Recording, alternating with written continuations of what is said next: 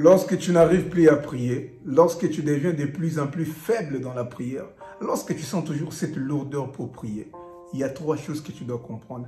La première des choses, c'est qu'il y a un danger devant toi. Le diable est subtil, le diable est rusé. S'il veut te détruire, il ne va pas directement s'attaquer à toi, non. Il va d'abord s'attaquer à ta vie de prière. Parce qu'il sait, aussi longtemps que tu es dans la présence de Dieu, il ne t'aura pas. Mais il va d'abord s'attaquer à ta vie de prière pour que tu deviennes vulnérable. Lorsque tu ne pries pas, il mettra facilement sa main sur toi. Il faut comprendre que lorsque toi tu réussis là où les gens ne réussissent pas, dans une famille où les gens ne réussissent pas, lorsque toi tu progresses, tu te maries là où les gens ne se marient pas, le diable sera aux aguets. Le diable ne s'avoue jamais vaincu. Si tu es un enfant de Dieu, tu dois avoir toujours une vie de prière. Lorsque toi tu commences à baisser les bras, lorsque toi tu n'arrives plus à prier, il faut savoir que tu cours après un danger. C'est ce que font beaucoup de chrétiens. Lorsqu'il avait des problèmes, il a prié. Il ne se mariait pas, il ne travaillait pas, tout ne marchait pas. Il priait. Mais lorsque Dieu les bénit, lorsqu'il est maintenant dans les conforts, il commence à trouver des raisons. Non, voilà, je suis fatigué, je rentre tard, je m'occupe des enfants. C'est qu'il oublie que les diables ne s'avouent jamais vaincus. Partout dans la Bible, tu verras que après la victoire, ce n'est pas un moment de répit où tu dois te dire non, j'ai beaucoup prié, je dois me reposer. Non, on voit les enfants d'Israël. Quand ils sont sortis de l'Égypte, Pharaon s'est levé encore. Il s'est dit non, non, non, non, on ne peut pas les laisser partir comme ça. Il faut savoir à chaque moment que tu as la victoire, les diables se disent on ne peut pas les laisser nous vaincre comme ça. Les sorciers de ta famille disent on ne peut pas les laisser nous vaincre comme ça. Tu verras même Jésus, lorsqu'il était mort, les souverains sacrificateurs étaient dans la joie. Ils se disaient voilà, c'est fini pour lui. Il parlait ici, il bavardait, il n'est plus là. Tu dois comprendre que lorsque tu es dans le malheur, lorsque tu souffres, lorsque tout ne va pas bien, le monde des ténèbres est dans la joie. Les sorciers sont très contents. Mais vous allez voir, lorsque Jésus ressuscite, les souverains sacrificateurs étaient furieux. Ils se sont dit, non, on ne peut pas croiser les bras. On doit quand même faire encore quelque chose. C'est ça le diable. Lorsque toi tu as la victoire, il se dit, non, on ne peut pas les laisser comme ça. On doit encore faire quelque chose. Nous allons lire la parole de Dieu pour bien comprendre. Matthieu chapitre 28, nous allons commencer à partir du 10e verset. On nous parle ici de la vie de Jésus après la résurrection. Écoutez ce que la Bible dit. Alors Jésus leur dit, il dit à ses disciples, ne craignez pas, allez dire à mes frères de se rendre en Galilée. C'est là qu'ils me verront. Pendant qu'elles étaient en chemin, quelques hommes de la garde entrèrent dans la ville et annoncèrent aux principaux sacrificateurs tout ce qui était arrivé. Donc, quelques hommes de la garde vont chez les souverains sacrificateurs pour leur dire, vous ne savez pas, Jésus est ressuscité. Écoutez, ceux-ci, après s'être assemblés avec les anciens et avoir tenu conseil, donc les souverains sacrificateurs se sont assemblés et ils ont tenu conseil. Pourquoi? Jésus est ressuscité. On ne peut pas les laisser comme ça. Ils se sont appelés. Venez, oh, venez, venez. Jésus est ressuscité. Donc, on doit faire quelque chose. C'est comme ça. Lorsque toi, tu as la victoire, lorsque tu t'es marié, lorsque tu as maintenant un bon travail, lorsque tu as maintenant des enfants, il s'appelle, venez, oh, il s'est marié, venez, venez. Il a maintenant un bon travail. Nous allons lire la suite, mais moi, je commente d'abord. Pendant qu'ils étaient en réunion, les uns disent, mais qu'est-ce qu'on doit encore faire? On l'a fait mourir, mais il est déjà ressuscité. Mais qu'est-ce qu'on va encore faire? Parce que la pire des choses qu'on devait faire, c'était le faire mourir. Mais maintenant, il est ressuscité. Donc, on n'a rien à faire. Les autres disent non, on doit quand même faire quelque chose. Donc, les diables cherchent toujours à faire quelque chose. Nous allons lire la suite. Ceux-ci, après s'être assemblés avec les anciens et avoir tenu conseil, donnèrent aux soldats une forte somme d'argent. Donc, ils ont prélevé une forte somme d'argent. Ils ont donné aux soldats, ils ont soudoyé les soldats en disant, dites, ces disciples sont venus de nuit les dérober pendant que nous dormions. Donc, si aujourd'hui nous sommes chrétiens, c'est parce que Jésus était mort et ressuscité. Ils ont voulu cacher cette nouvelle, cette bonne nouvelle qui devait faire de nous des enfants de Dieu. Ils ont voulu ternir l'image de Jésus. Parce que Jésus leur a dit que je mourrai et je ressusciterai après 3 jours. Ils ont voulu ternir son image, qu'il était dans le faux. Et ce qu'il avait dit, ce n'était pas vrai. Vous voyez, il y a beaucoup de gens, il a prié Dieu, il a cherché Dieu en profondeur pour que Dieu l'élève. Dieu l'élève. Et le jour où Dieu l'élève, il n'arrive plus à prier. Et c'est par là que les diables entrent en jeu et détruisent sa réputation. Beaucoup de gens que vous voyez avec de mauvaises réputations, ce sont les combats. Ce sont les combats. Les diables ne s'avouent jamais vaincus. Lorsque dans ta famille, tout le monde ne se mariait pas, et toi, tu entres en prière, tu demandes à Dieu, non, fais-moi grâce. Et Dieu te fait grâce, tu t'es marié, Dieu te fait grâce, tu as un bon travail aujourd'hui. Il t'élève. Et lorsque toi, tu ne veux plus prier, il faut savoir qu'il y a beaucoup de mauvaises choses qui vont s'en suivre. Tu verras certains, ils n'arrivent plus à mettre au monde. Alors, il s'est bien marié. Parfois, avant le mariage, il avait des enfants calmement. Mais après le mariage, les choses se compliquent. Pourquoi? Parce que il a pris un temps de répit. Il s'est dit, j'ai beaucoup prié, ça y est, enfin, j'ai réussi. Et ce jour-là, lorsque les soldats ont pris l'argent, un des soldats est rentré chez lui. Il trouve sa femme, il lui dit, voilà, Jésus est ressuscité. Mais ne le dit à personne. Ah ok, je dirai à personne. Sa femme appelle sa fille, sa première fille. Tu sais, Jésus est ressuscité, mais ne dit à personne. Sa fille, le lendemain, part à l'école. Elle dit à ses amis, Jésus est ressuscité, mais ne dit à personne.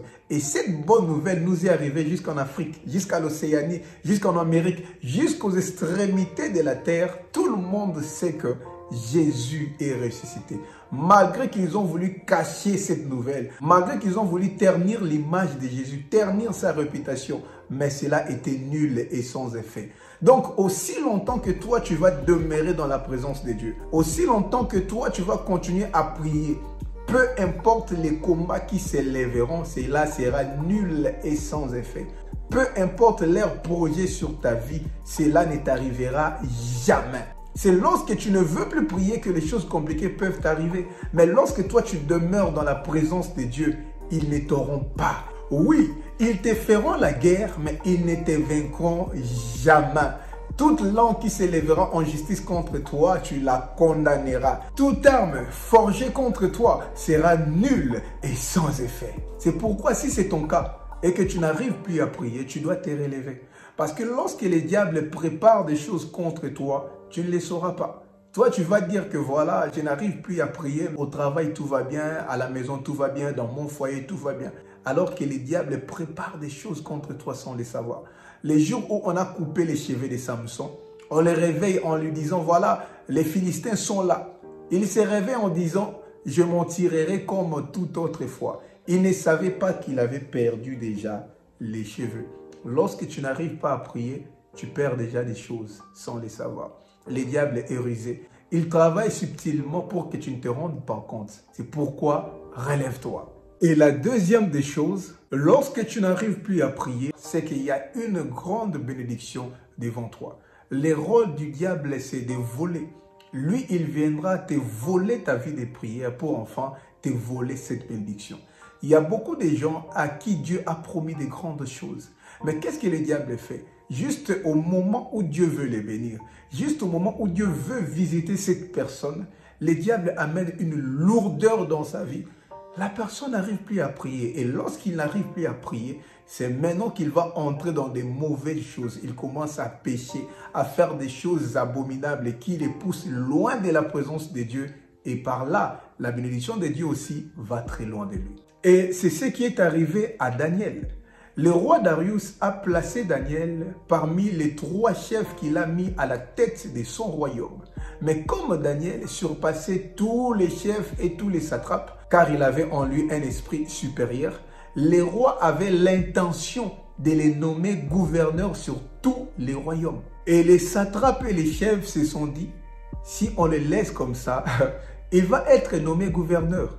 Bientôt là, il sera béni. Cherchons une occasion pour l'accuser des affaires du royaume. Malheureusement pour eux, ils n'ont rien trouvé parce que Daniel était un homme honnête. Après plusieurs réflexions, ils se sont dit, voilà, il y a une idée géniale. Cherchons un moyen pour les contraindre à ne plus prier. C'est simple.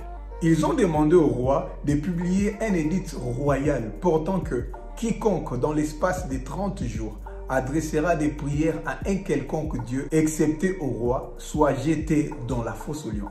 Et c'est ça le diable. Lorsque tu es sur le point d'être béni par Dieu, d'être visité par Dieu, il cherchera des voies et moyens pour te contraindre de ne plus prier. C'est par là que beaucoup de mauvaises choses vont s'élever. Parfois, tu seras surchargé, tu n'auras même pas le temps pour prier. Et comme ça, tu vas commencer à te consoler toi-même. Parce que lorsque tu es à la maison et tu ne fais rien, toi-même, tu vas commencer à te dire, mais pourquoi je ne fais rien et je n'arrive pas à prier? Ça sera un peu intriguant pour toi. Mais lorsque tu rentres tard, fatigué, toi-même, tu vas commencer à te consoler. Non, voilà, j'ai envie de prier, mais simplement, je n'ai pas assez de temps, je rentre tard, je suis fatigué. Et c'est par là qu'il va éloigner la bénédiction de Dieu. Et j'aime ce que Daniel a fait. Il n'a pas regardé les problèmes qu'il pouvait avoir. Il n'a pas regardé les dangers auxquels il courait. Il a accepté même d'être jeté dans la fosse aux lions, mais jamais de renoncer à sa vie de prière. Parce qu'il était conscient du milieu hostile dans lequel il vivait. Sans Dieu, il serait déjà fini. Avoir un travail, c'est très bien, mais un travail ne peut pas te séparer de la présence de Dieu, ne peut pas t'empêcher de prier. Avoir un fiancé, une fiancée, un homme ou bien une femme, c'est très bien, mais ton fiancé ne peut pas te séparer de la présence de Dieu. Ton homme, ta femme ne peut pas te séparer de la présence de Dieu. Parce que ta relation avec Dieu prévaut surtout sur ton travail, sur ton mariage, sur tes enfants. Dieu d'abord et les restes après. Parce que c'est lui qui place Dieu avant tout, Dieu aussi il les place avant tout le monde. On voit Daniel, les gens qui en voulaient à sa vie ont fini tous dans la fosse aux lions. Et Dieu a élevé Daniel pendant tous les règnes du roi Darius. La troisième des choses, les diables combattent ta vie de prière pour que tu ne grandisses pas spirituellement. Comprends-moi très bien. La Bible dit, lorsque l'héritier est encore enfant, il ne diffère en rien d'un esclave.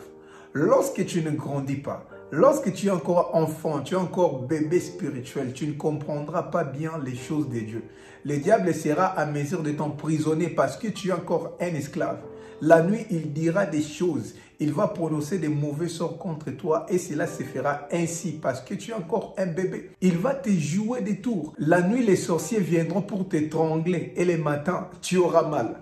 Mais lorsque tu grandis, tu deviens un fils. C'est par là que tu vas comprendre que c'est toi qui dois dominer. C'est par là que tu seras conscient du pouvoir que ton Père t'a donné de marcher sur les serpents, de marcher sur les scorpions, sur toute puissance de l'ennemi et rien ne pourra te nuire. Tu seras conscient que c'est toi qui dois régner parce que le Christ a fait de toi plus que vainqueur. Tu seras conscient de ce que Dieu t'a donné, les pouvoirs que Dieu t'a conférés dans sa parole. C'est la raison pour laquelle le diable va te combattre pour que tu ne grandisses pas spirituellement. C'est pourquoi tu vas voir, lorsque tu finis de prier, lorsque tu jeûnes, lorsque tu viens même d'une retraite d'une semaine de 30 jours, juste cette semaine ou la semaine qui vient après, le diable va te pousser à pécher. Pourquoi? Pour te voler ce que tu as gagné dans la présence de Dieu. Car lorsque nous venons dans la présence de Dieu, on ne rentre pas bredouille. Lorsque nous venons de jeûner, de prier, de demeurer dans la présence de Dieu, la Bible dit, celui qui demeure en moi et en qui moi je demeure porte beaucoup de fruits. Lorsque tu demeures dans la présence de Dieu, tu vas gagner quelque chose. Alors ce que tu gagnes là, tu dois les garder. Lorsque tu les gardes, tu continues à prier, à jeûner avec la foi et la sainteté. C'est comme ça que petit à petit, tu vas commencer à grandir. Mais le diable fera en sorte que tu tournes en rond. Pourquoi? Lorsque tu viens de prier, tu viens d'une retraite, il va venir voler ce que tu as gagné dans la présence de Dieu. Et comme ça, tu vas tomber maintenant dans les sommets spirituels. C'est pourquoi beaucoup vont remarquer, juste après une longue retraite, juste après un long service de prière, beaucoup entrent dans les sommets spirituels. Et pendant les sommets spirituels, il fait n'importe quoi. Il rentre dans le péché, il commence à faire n'importe quoi. Et c'est pendant ces temps que le diable vient voler les grâces, vient voler la puissance que tu as reçue dans la présence de Dieu. Comme ça, prochainement, tu vas encore répondre à zéro. Lorsque tu pries, tu jeûnes, Dieu te révèle de sa puissance. Lorsque tu sors de ton jeûne, il vient, il vole ça. Tu recommences encore à zéro. Au lieu de grandir, tu vas stagner. C'est ce qu'il a fait même avec Jésus. Juste après avoir jeûné pendant 40 jours et 40 nuits, le diable est venu pour les tenter. Parce que Jésus était revêtu de la puissance de Dieu. C'est la raison pour laquelle beaucoup ne grandissent pas spirituellement. Ils prient, ils jeûnent, mais ils ne demeurent pas dans la présence de Dieu. Lorsque la Bible dit « prier sans cesse », cela veut dire sans interruption. Donc, lorsque tu pries, tu fais un service de jeûne. Lorsque tu sors de là, tu dois garder cette vie de sainteté. Tu dois gagner cette puissance que tu as gagnée dans la présence de Dieu. Mais le diable va te combattre pour que tu ne pries pas sans cesse. C'est pourquoi tu vas voir, juste après un service de jeûne, tu tombes dans le sommeil spirituel. Le diable te plonge encore dans le péché pour voler ce que tu as gagné. Lorsqu'un homme veut avoir le muscle, il va aller continuellement dans la salle de sport. Et si ce monsieur-là se dit un jour, voilà, comme j'ai le muscle, je vois que c'est bon, je peux arrêter. Les jours où il prend la résolution d'arrêter, d'aller à la salle de sport, c'est ces jours-là qu'il va commencer à perdre graduellement les muscles. C'est comme ça avec la prière. Lorsque tu arrêtes de prier, tu vas commencer à perdre graduellement quelque chose. Tu vas commencer à refaire encore les choses auxquelles tu as renoncé. Tu vas commencer à perdre la sensibilité spirituelle. Tu vas commencer à perdre le goût des choses de Dieu, le goût des choses qui te rapprochaient de Dieu, le goût de la prière, le goût de la méditation de la parole de Dieu, le goût d'écouter les enseignements. C'est pourquoi, bien-aimé, tu dois prier sans cesse. Alors, comment faire? Si vous voulez retrouver votre vie de prière, j'ai déjà fait une vidéo que vous verrez ici. Et celui qui veut rejoindre les groupes de prière, le lien est dans la description de cette vidéo ou entrez dans la chaîne, vous verrez mon numéro. Que Dieu vous bénisse énormément.